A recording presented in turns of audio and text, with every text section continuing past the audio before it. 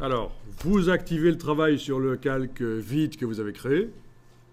C'est-à-dire, ben oui, sa vignette est colorée comme ça. Et alors, on va faire une ombre en utilisant le pinceau et en dessinant en noir. Donc, il faut une ombre à peu près de cette dimension-là, oui, à peu près. Hein. Voilà. Alors, si vous cliquez tout simplement, bah, ça fait un rond noir flou, c'est pas génial, j'annule. Si vous faites un cliquer glisser, ça fait un grand trait comme ça, c'est pas génial non plus. J'annule. En fait, on va faire une ombre plate. Alors, vous allez chercher la palette des formes, menu fenêtre, forme.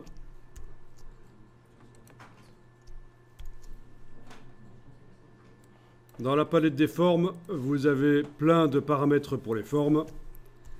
Et celui qu'on est en train de visualiser là sur la droite de la palette des formes, c'est celui-là, forme de la pointe.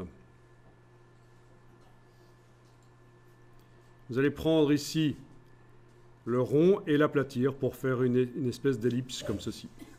Voilà.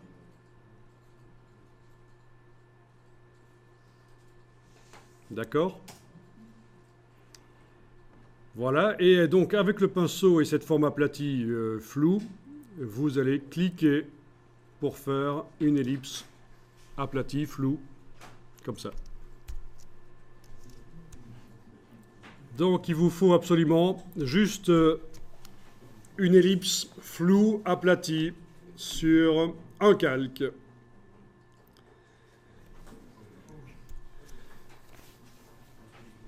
Ensuite, vous allez pouvoir dupliquer ce calque.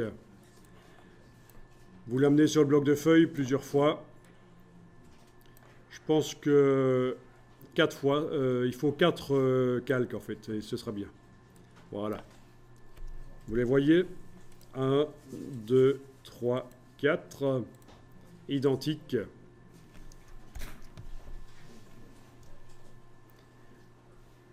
Alors, je vous montre, regardez, vous allez le faire après. Je vais faire de la transformation manuelle et sur chacun de ces calques et les repositionner. Regardez bien. Donc, j'active le premier, je fais un CTRL-T, je peux le déplacer, vous le voyez. Je vais le déplacer et le redimensionner, pas nécessairement en enfonçant la touche majuscule, parce que je peux changer l'aplatissement. Hein. Et le but est d'aller le mettre sous les pattes avant, ici. Voilà, comme ça, c'est donc... Alors, j'ai un petit problème ici, c'est que quand j'essaye de déplacer correctement, il y a des lignes roses qui apparaissent. C'est les repères commentés. Je vais aller les enlever. Affichage, afficher, ça vous pouvez faire maintenant aussi. Désactiver les repères commentés. Affichage, afficher, vous allez décocher repères commentés. Parce que ça m'empêche de positionner facilement, correctement les choses. Ok, bon, ça c'est la première ombre que je vais aller mettre là, en dessous des pattes avant. Je valide. Je vous montre la suite. Je passe au calque suivant. Calque ombre suivant. Je fais un CTRL-T. Je le redimensionne.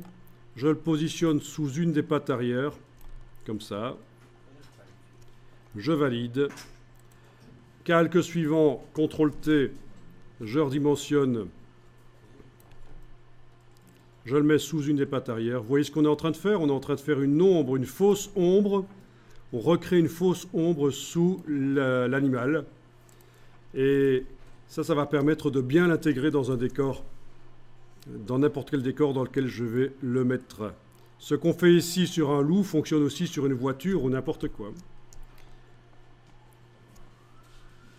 Ok. Et il manque quelque chose, c'est la dernière ombre, qui va être en fait l'ombre générale sous le corps de l'animal. Voilà, comme ça. Et celle-là, je peux diminuer son opacité dans la palette des calques, parce que c'est pas logique qu'elle soit noire comme ça. Voilà. Et vous avez créé une ombre réaliste sous le loup. L'intérêt de faire ça en 4 calques, c'est qu'après, on peut aller repositionner chacune d'elles différemment. C'est ça qui est génial. Bon, ben allez-y, essayez de faire ça. Voilà. Bon, je vais même dupliquer le calque de l'ombre que j'ai faite là pour la faire en 2 parties éventuellement. C'est vraiment la manière de faire des ombres réalistes. Transformation manuelle, opacité.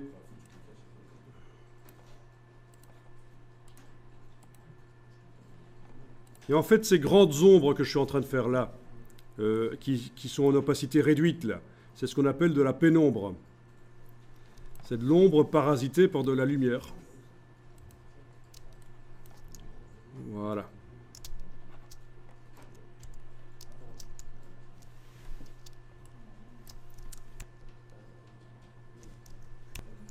Alors, vous gardez bien ça quand c'est fait parce que on va faire un groupe avec le loup et ses ombres pour pouvoir le transporter facilement vers n'importe quel décor.